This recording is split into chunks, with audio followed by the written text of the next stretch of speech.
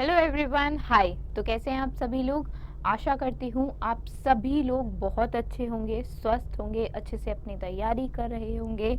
ठीक है, तो आप सभी लोग, ये बात मैंने कल की वीडियो में भी कही थी और आप लोग जानते भी होंगे, और जो लोग नहीं जानते होंगे उनके लिए मैं दोबारा से बता देती हूँ।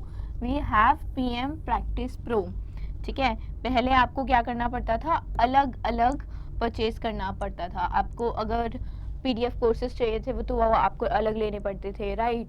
और अगर आपको मॉक्स लेते थे आप लोग तो वो अलग से बाय करते थे। अब आप लोग क्या कर सकते हैं, पीएम प्रैक्टिस प्रो में आपको दोनों चीज़ें मिलेंगी and it is only in 999। ठीक है, 999 में आप PM20 जब कूपन कोड लगाएंगे तो वैसे तो इसकी कीमत जो है वो 1249 है, बट जब आप PM20 लगाएंगे तो ये 999 में हो जाएगा। इसमें आपको सभी जैसे PDF कोर्सेज हो गए, सभी मॉक्स हो गए, ठीक है, 5000 से ज़्यादा मॉक्स, और जितने भी बैंकिंग और इंश्योरेंस एग्ज़ाम्स में जितने भी एग्ज़ाम हम कवर करते हैं तो उन सभी के आपको मॉक्स मिलेंगे। ठीक है, तो ये बात तो रही इसकी। अब बात करते हैं आज के सेशन की। तो हम सब जानते हैं जिस जिस इंसान पे या जिस जिस व्यक्ति पे जग हंसा है उसी ने ही इतिहास रचा है। ठीक है, तो अगर आप कुछ यूनिक, कुछ नया कर रहे हैं तो करते रहिए, क्योंकि आज भले ही जग आप पे हंसे पर कल को उपलब्धि आप ही के पास होगी। ठीक है, आप ही कुछ नया अच्छा चीज़ का आप निर्माण कर सकते हैं। हर किसी में ऐसी क्षमता होती है कि हर कोई एक नई चीज़, चाहे वो छोटी हो बड़ी, छोटी बड़ी तो नज़रों का फेर है। ठीक है, तो चलिए आइए इसी के साथ सेशन की शुरुआत करते हैं और पहला क्वेश्चन देखते हैं। पहला क्वेश्चन क्या है, सितंबर में, अच्छा 11 सितंबर मेंशन किया हुआ है कि सितंबर 11 को ऑब्जर्व किया जाता है नेशनल फॉरेस्ट मार्टर्स डे। अभी नेशनल फॉरेस्ट मार्टर्स डे क्या है, ठीक, नेशनल फॉरेस्ट, फॉरेस्ट से आप समझ रहे हो कि पेड़ों के लिए कोई शहीद हुआ है। ठीक है, फॉरेस्ट मतलब फॉरेस्ट में क्या होते हैं, पेड़ होते हैं, तो पेड़ों के लिए कोई शहीद हुआ है, तो ये दिन जो मनाया जाता है वो 11 तारीख को मनाया जाता है। ठीक, अब ये जो बेसिकली ये जो दिन मनाया जाता है वो वो पूछा क्वेश्चन कि जो दिन ऑब्जर्व किया जाता है वो किसकी याद में किया जाता है, किस मैस्करे, किस नरसंहार की याद में मनाया जाता है। तो इसका करेक्ट आंसर है खेज डली वृक्ष नरसंहार, दैट इज खेज डली ट्री मैस्करे। ठीक है, अब क्या है, कैसे है, कब हुआ की बात करें तो 1730 में हुआ। कब हुआ, 1730 में हुआ। अब इस डे की बात करें तो पहली बार कब मनाया गया, ये डे पहली बार 2013 में मनाया गया था। कब मनाया गया था, 2013 में मनाया गया था। ठीक है, तो हुआ क्या था, राजा थे जोधपुर राजस्थान के, उन्होंने अपने नए महल को बनवाने के लिए उन्हें पेड़ों की आवश्यकता थी, लकड़ियों की आवश्यकता थी। उन्होंने क्या कहा, उन्होंने कहा एक बेसिकली एक विलेज था, ठीक है, उन्होंने बोला वहाँ जाओ और पेड़ काट के लाइक हमारे नए महल के लिए उसकी लकड़ियाँ ले लो। तो ये लोग कहाँ गए, ये लोग गांव में गए, वहाँ पे एक वीरांगना थी, एक वीर स्त्री थी जिन्होंने पेड़ नहीं काटने दिए। ठीक, एंड शी फॉट, और बहुत लोगों की जानें भी गई थी पेड़ों को बचाते टाइम। तो हाँ, अगर हम खेजडली ट्री मैस्करे की बात करें, खेजडली वृक्ष नरसंहार की बात करें, तो जैसे मैंने बताया 1730 में हुआ, और जो राजा थे वो थे मारवाड़ के राजा महाराजा अभय सिंह।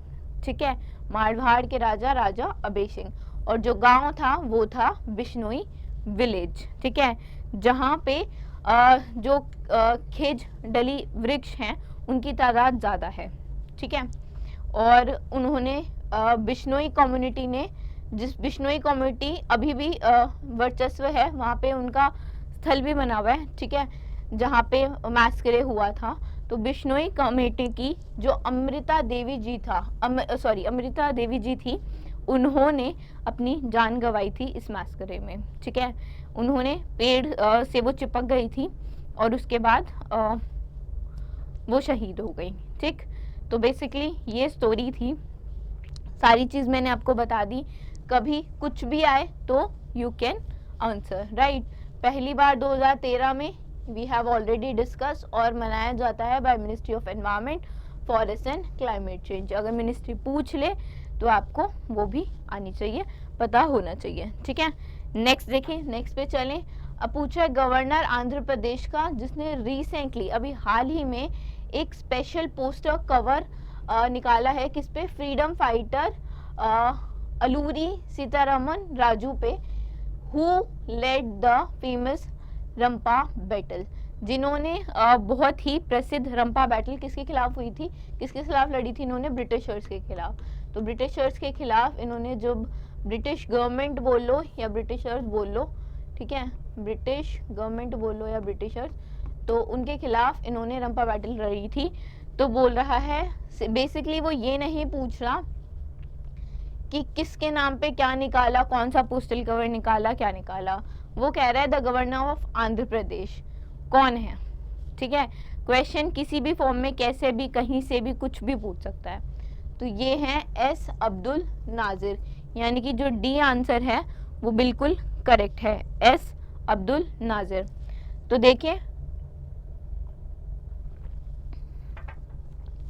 अगर बात करें governor of Andhra Pradesh S Abdul Nazir की, उन्होंने स्पेशल कवर निकाले हैं मन्यम विप्लवा सारथी अलूरी सीतारमन राजू के बेसिकली मोनोग्राफ्स निकाले हैं, उनकी 100वीं जो एनिवर्सरी है एक तरह से, उस पे, कहाँ पे, of the chilli post, 100th जो ईयर हुआ है चिली पोस्ट पे, उस पे उन्होंने ये एक तरह से मैन्यूस्क्रिप्ट आप कह सकते हैं, और हाँ, आप यू कैन से मैन्यूस्क्रिप्ट।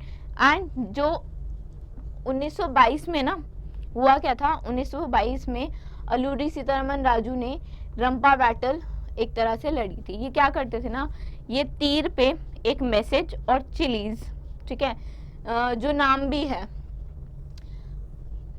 है मिर पकाया तापा या चिली पोस्ट। तो मिर पकाया भी चिली का ही एक तरह से नाम है, ठीक है। तो क्या करते थे, बो पे, एरो पे ये चिली और एक मैसेज लगा के फिर ब्रिटिशर्स को या जो भी पर्सनल्स थे उन पे वो उस एरो के थ्रू अटैक करते थे, ठीक है। तो इसीलिए बार बार चिली पोस्ट एंड बेसिकली रंपा बैटल लड़ी ट्राइबल पीपल की मदद से और फाइट किया ब्रिटिशर्स के अगेंस्ट, और चिंतापल्ली पुलिस स्टेशन जो था वो इनका फर्स्ट अटैक था, ठीक। यहाँ तक समझ में आया, ठीक। हिस्ट्री भी लिंक हो रही है, तो बैटल याद रखना, रंपा बैटल किसने लड़ी, ठीक। ऐसे अगर स्टैटिक के फॉर्म में पूछ लेता है तो आपको हैरानी नहीं होनी चाहिए, अब पढ़ चुके हो आप। नेक्स्ट क्वेश्चन देखते हैं, which day is known as international day for south south cooperation, बताइए कौन सा दिन है।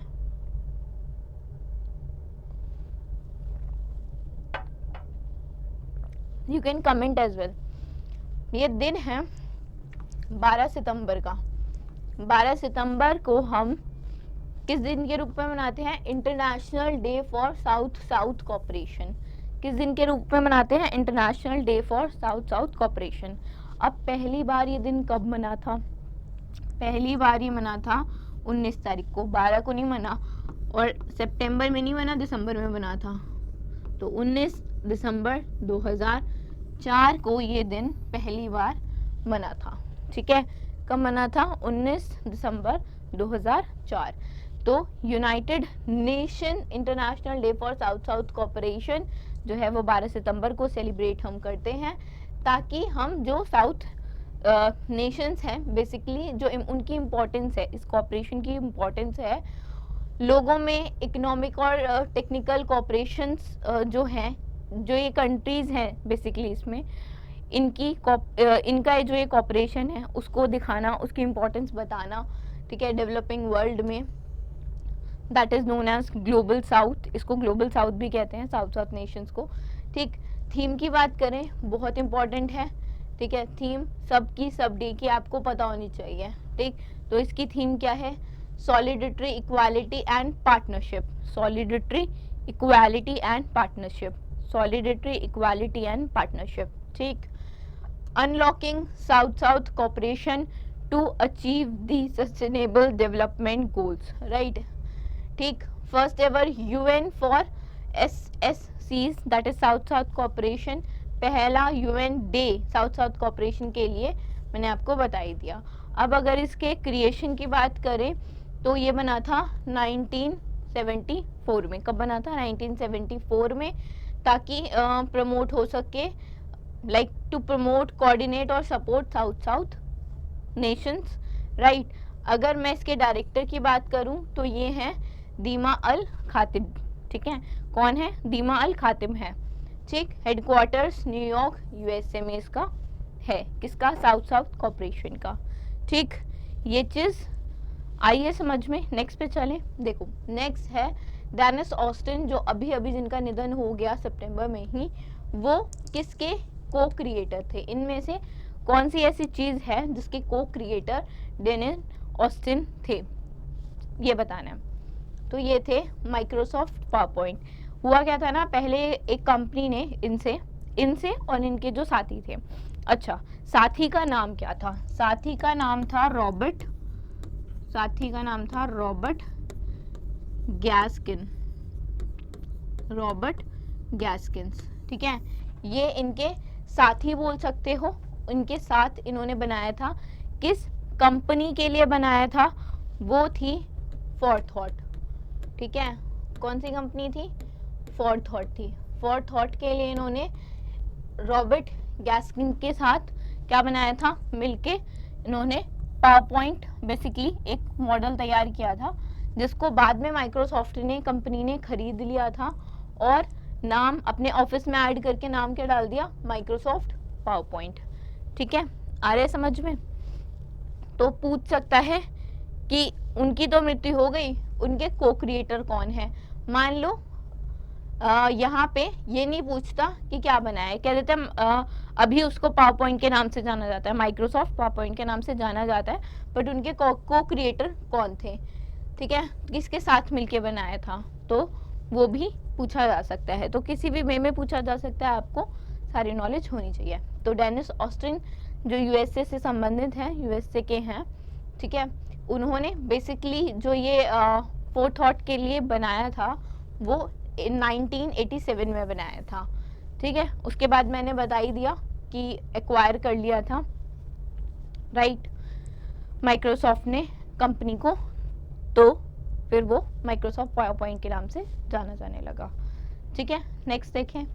देखो UK साइंटिस्ट हैं जिन्होंने सक्सेसफुली जो क्लोन थी डॉली, ठीक है, उसको बनाया था। जो शिप थी डॉली, ठीक है, जिसको क्लोन तरीके से बनाया गया था, उस साइंटिस्ट की मृत्यु हो गई है, ठीक है। उनका बेसिकली हाँ पास्ट अवे, तो उनका निधन हो गया है, राइट। तो पूछ रहा है उनका नाम क्या है, साइंटिस्ट का नाम पूछा है। उनका नाम है आयन विल्मुट, ठीक है, आयन विल्मुट।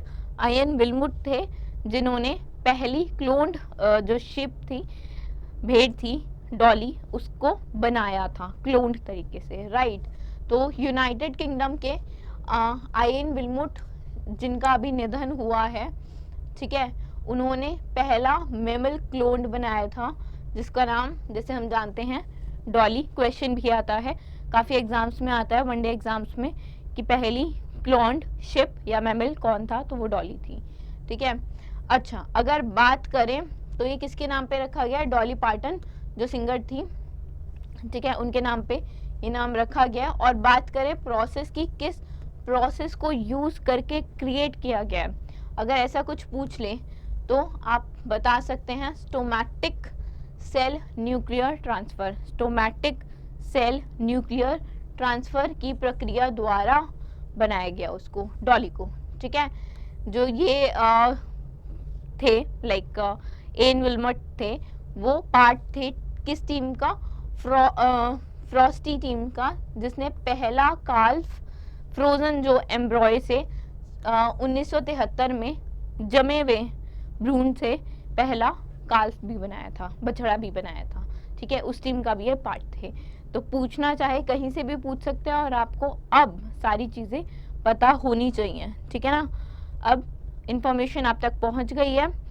पीडीएफ के फॉर्म में भी आपके पास वीकली आता है मटेरियल, क्विजेस भी आप वीकली देते हो। ठीक है, पीडीएफ मंथली भी आपको मिलती है। तो आप सेशन देखो, पीडीएफ से पढ़ो, क्विज लगाओ, मोर देन सफिशिएंट। ठीक, आगे चलें। देखो, प्रथमेश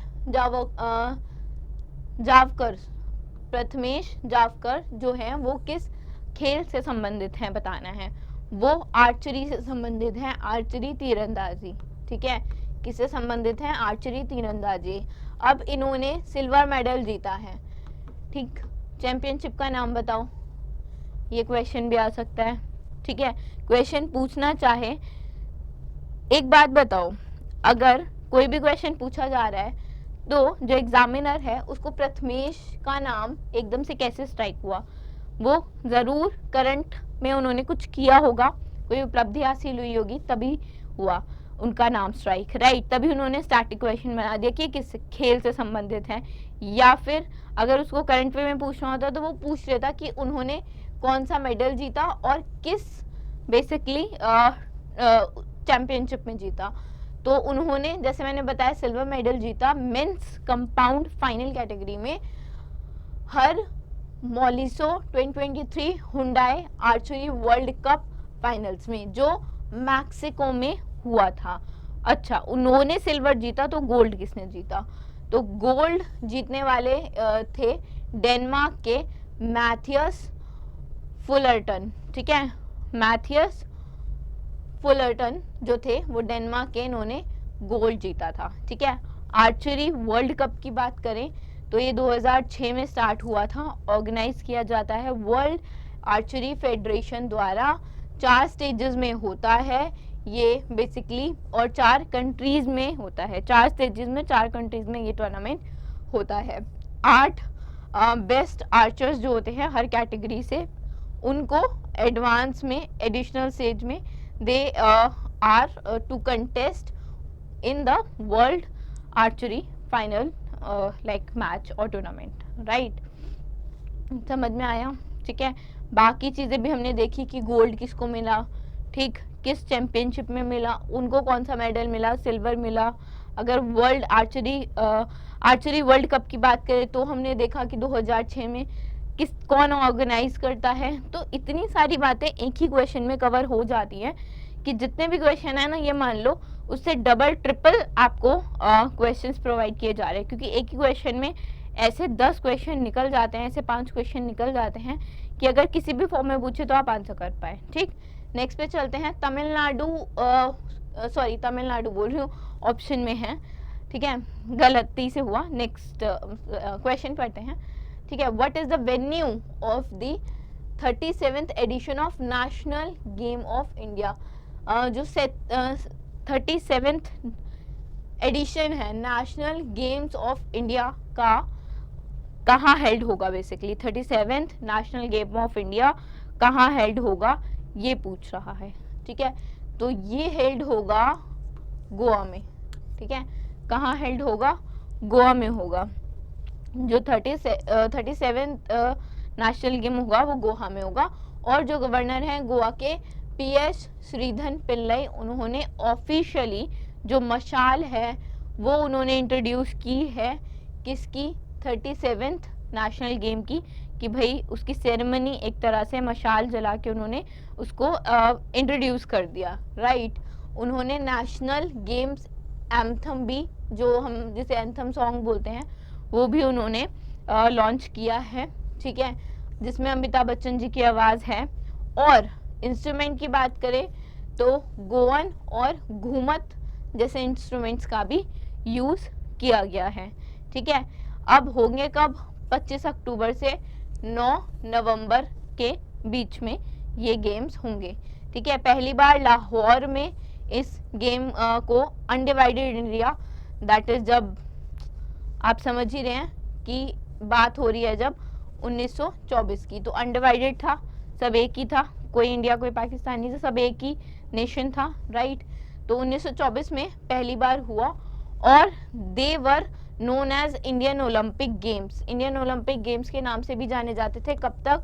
1938 तक, ठीक है। 1924 में पहली बार शुरू हुआ, 1938 तक इन्हें इंडियन ओलंपिक गेम्स के नाम से भी जानते थे, ठीक है। समझ में आई? देखो कितनी सारी इंफॉर्मेशन थी ना एक ही क्वेश्चन में। नेक्स्ट पे चलें, नेक्स्ट देखें। नेक्स्ट क्वेश्चन क्या है? टेनिस प्लेयर विट कोपोरिवा ने एटीपी टुलिन 100 चैलेंजर इवेंट जो है वो जीता है by defeating which of the following players.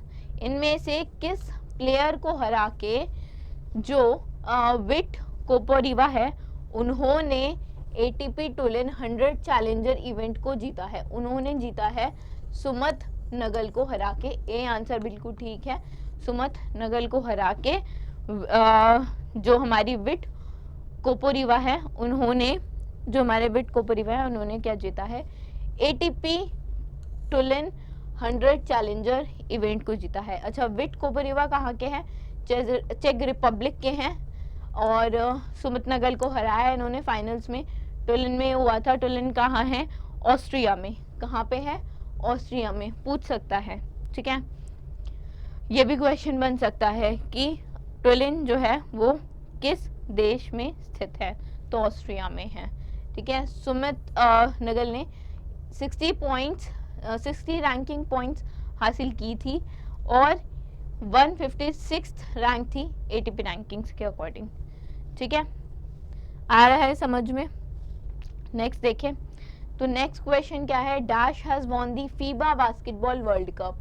इनमें से किस कंट्री ने, क्वेश्चन है, इनमें से किस कंट्री ने फीबा बास्केटबॉल वर्ल्ड कप जीता है सर्बिया को हराकर? और जो डैश है उस पर उन्होंने एक्स लिख दिया तो बोला आइडेंटिफाई एक्स, कि किस कंट्री ने सर्बिया को हराकर फीबा बास्केटबॉल वर्ल्ड कप 2023 को जीता है।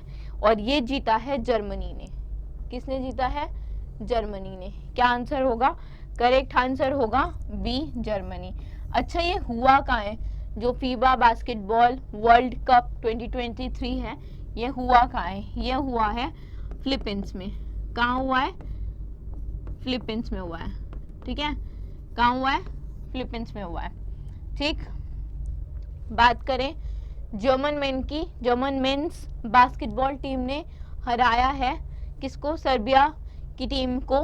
किसमें? International basketball federation basketball world cup में।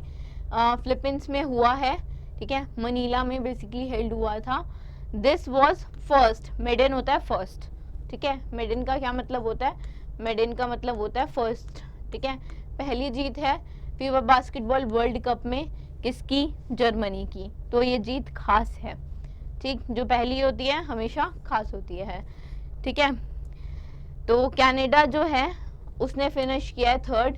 फर्स्ट पे जर्मनी, सेकंड पे सर्बिया, थर्ड पे कनाडा। और ये 19th एडिशन था किसका? फीबा बास्केटबॉल वर्ल्ड कप का। पहला Germany, second Serbia, third Canada, ठीक है। कौन सा एडिशन था? 19th एडिशन था, ठीक। नेक्स्ट पे चलें, नेक्स्ट देखें। तो नेक्स्ट क्या है? नेक्स्ट है consider the following statement with respect to Shanti Swarup Bhatnagar award. Shanti Swarup Bhatnagar award अभी मिले हैं 12 लोगों को, आई थिंक, हाँ। और पूछ रहा है कि इनमें से कौन सी स्टेटमेंट करेक्ट है, इनके बारे में करेक्ट पूछा है। ये पढ़ना बहुत ज़रूरी है, ठीक है। पढ़ें स्टेटमेंट, देखते हैं, आओ। देखो, बोल रहा है जो शांति SSB है, दैट इज शांति स्वरूप भटनागर पुरस्कार अवार्ड, वो दिया जाता है साइंस और टेक्नोलॉजी के फील्ड में। ये बात बिल्कुल ठीक है। जो भी साइंस एंड टेक में कैटेगरीज होती हैं 7, हाँ 7 कैटेगरीज होती हैं। तो 7 कैटेगरीज में जो लोग फॉल करते हैं, ठीक है, जैसे केमिकल, कंप्यूटर्स और बहुत सारी कैटेगरीज होती हैं, ठीक। तो इन जो 7 कैटेगरीज में लोग रिसर्च वर्क में फॉल करते हैं और वो लोग 45 साल तक के होने चाहिए, ठीक है। जो अवार्ड है वो रिसर्च में अंडर 45, देखो मेंशन भी है कि 45 इन 7 डिसिप्लिन, 7 साइंटिफिक डिसिप्लिन, 7 कैटेगरीज होती हैं। अभी बताती हूँ मैं इसके बाद आपको, ठीक है, पहले आंसर डिस्कस कर लें। तो 7 कैटेगरीज होती है 45 ईयर्स के अंडर जो लोग होते हैं, ठीक है, विद इन 45 जो होते हैं उनको ये अवार्ड दिया जाता है। ये दोनों बात बिल्कुल ठीक है, करेक्ट है, यानी कि 1 और 2 तो बिल्कुल करेक्ट है। ठीक, थर्ड देखते हैं, the award carries cash prize of 2 lakh. ये गलत है, ठीक है, क्योंकि कैश प्राइज होता है 5 लाख का। ठीक, कितने का होता है कैश प्राइज? 7 साइंटिफिक डिसिप्लिन से, ठीक है, और एज थी 45 ईयर्स, और कैश प्राइज होता है 5 लाख का। ये 3 बातें याद रखना, रिसर्च फील्ड में दिया जाता है। शांति स्वरूप भटनागर पॉइस के बारे में अगर कभी भी कोई क्वेश्चन पूछता है तो ये चीज़ें याद रखना। 5 लाख होता है, ये गलत हो गया। तो बी जो आंसर है that is both 1 and 2 are correct, ये करेक्ट हो जाएगा, क्योंकि थर्ड स्टेटमेंट जो है वो बिल्कुल गलत है, रॉन्ग है। जैसे मैंने बोला था 7 होते हैं, तो बायोलॉजिकल साइंस, केमिकल साइंस, अर्थ, एटमॉस्फेयर, ओशन, प्लानिटरी साइंसेस, ठीक है, engineering science, mathematical science, medical science और फिजिकल साइंस। इन कैटेगरीज में, इन 7 कैटेगरीज में 45 साल तक की उम्र के लोगों को ये अवार्ड दिया जाता है। पहली बार 1957 में ये अवार्ड को इंस्टीट्यूट किया गया था। बेसिकली 1957 में इंस्टीट्यूट हुआ था डॉक्टर शांति स्वरूप भटनागर जी की याद में, जो CSIR के फाउंडर थे, ठीक है, फाउंडर डायरेक्टर थे। वही CSIR ने अनाउंस किए हैं शांति स्वरूप भटनागर अवार्ड्स 22 के लिए, और ये 12 यंग साइंटिस्ट को दिए गए हैं अक्रॉस दी कंट्री, राइट। जो चीज़ अच्छा, ओवरसीज की अगर हम बात करें, ओवरसीज सिटीजन जो इंडिया के होते हैं या पर्सन ऑफ इंडियन ओरिजिन जो इंडिया में वर्क कर रहे हैं, वो भी इसके लिए एलिजिबल होते हैं, ठीक है। 5 लाख वाला हमने डिस्कस कर लिया था कि कैश प्राइज इन्हें 5 लाख रुपए मिलता है, ठीक। आई होप यहाँ से समझ में आया होगा। अब देखो, पूछने के लिए ये भी पूछ सकता था कि कितने लोगों को मिला, बता देता 12 लोगों को। अब क्वेश्चन क्या होता है, आजकल क्वेश्चन इस फॉर्म में, सेंटेंस फॉर्म में पूछे जाते हैं, तो वही चीज़ हम यहाँ पे आपके लिए इसीलिए लेके आते हैं ताकि आपकी तैयारी में कोई कमी ना हो, ठीक है। तो वीडियो देखा करो, साथ के साथ क्विजेज लगाया करो और PDF ज़रूर पढ़ा करो, ठीक है। तो आज के लिए इतना ही, नेक्स्ट सेशन में मिलेंगे। Thank you.